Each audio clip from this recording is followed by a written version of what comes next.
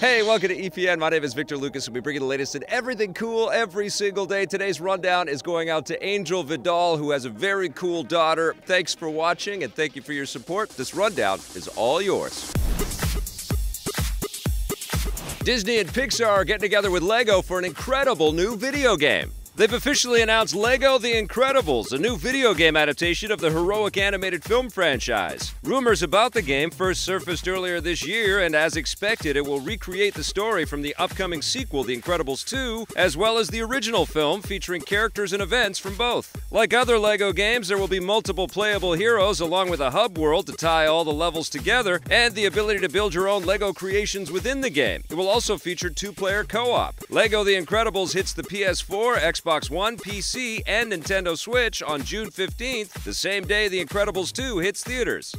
Closing! Call of Duty WWII is about to take its multiplayer to new heights. Activision and Sledgehammer Games have announced War Machine, the second of 4 DLC packs included in the game's $67 Canadian Season Pass. The new pack gives players 3 new maps, the latest chapter in the Zombies story campaign, and best of all, a new aerial combat mode. It's called Operation Husky and is part of the story-driven War Mode multiplayer missions, with teams of players joining forces to execute a dangerous mission in the skies above Sicily. Although there are already aerial combat missions in the single-player campaign, this is the first time they're coming to multiplayer. As for the 3 new maps, those are centered around battles in Egypt, a top-secret German V2 rocket facility, and the Battle of Dunkirk, which should be familiar to anyone who went to a movie theater last year. Finally, the new chapter in the Zombies campaign is called The Shadowed Throne and will see players venture deep into zombie-infested Berlin. The War Machine DLC deploys April 10th as a timed exclusive on the PS4. An Xbox One and PC version will follow in about a month.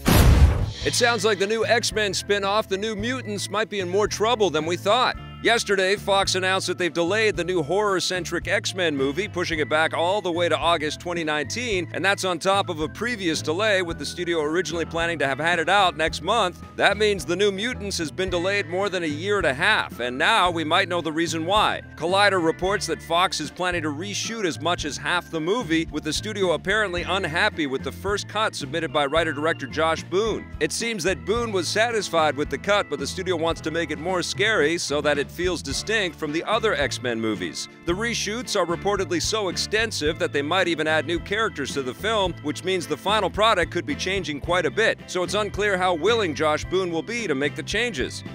This isn't the first time Fox has tinkered with a superhero movie. 2015's Fantastic Four saw significant changes, with director Josh Trank even publicly butting heads with the studio, and the final film was anything less than fantastic. Hopefully The New Mutants doesn't have a similar fate. You've been through a lot. Another new X-Men movie, the more action-oriented Dark Phoenix, is getting reshoots as well, but those don't sound as extensive. That arrives in February 2019.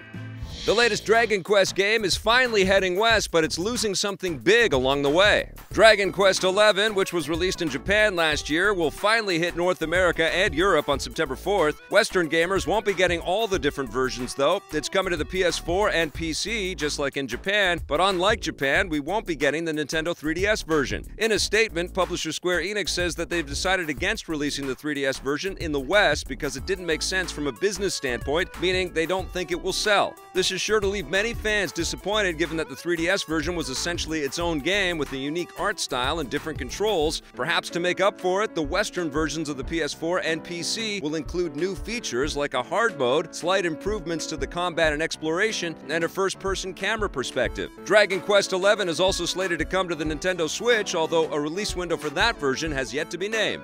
Sony is making it a little easier to jump into virtual reality gaming. The PlayStation VR headset has been given another steep price cut worldwide. Starting tomorrow, the headset by itself will drop from $380 in Canada to $300, while 2 different bundles that include the headset and a copy of either Doom VFR or Skyrim VR are dropping from $500 to $380. Similar price cuts are also happening in the US and the rest of the world, but keep in mind that the new prices don't go in effect until tomorrow. This isn't the first time Sony has cut the price of their VR headset. Earlier this year, they dropped it down to a similar price range, but that was only temporary. So now they've decided to make it permanent. VR is still considered a niche market, but it's getting bigger and bigger all the time, thanks largely to the drop in price. Expect more price cuts in the future as the technology gets better. If you're looking for a new game to play on the PSVR, the free VR update for last year's Wipeout Omega Collection is now available. It turns the high-speed racing game into a VR high-speed racing game, giving us a new excuse to play it all over again. The VR version includes a new first-person perspective from inside your cockpit, and it also adds exclusive new vehicles. We can't wait to jump back in. The survival horror game Outlast 2 is about to get a lot more violent, but it might create some controversy in the process. Developer Red Barrels is adding a new patch to the PC version of the game that will make it even more violent and gruesome than the launch version. The developers say they're reinserting several things that they originally had to cut in order to get a mature rating as opposed to an adults-only rating, although they haven't outlined specifically what they're putting back in. It's also unclear what problems this might create. The ESRB, which assigns the ratings in North America, expects to be able to reevaluate a game if post-launch content exceeds the violence in the existing core product. That means that if they look at the new content and decide it's too violent, they have the ability to change the game's rating to adults only, which would make it harder to sell on most platforms. Red Barrels could skip the potential controversy by only releasing the new content on the PC. The new patch also includes an optional, easier difficulty mode for players who just want to enjoy the story with less challenge. That wraps us up for the rundown today from sunny and beautiful Phoenix, Arizona. We'll be back again tomorrow with a brand new episode for you. But in the meantime, check out some of the other content that we made. And if you dig it, hit subscribe, that little bell, and if you're so inclined, that sponsorship button too.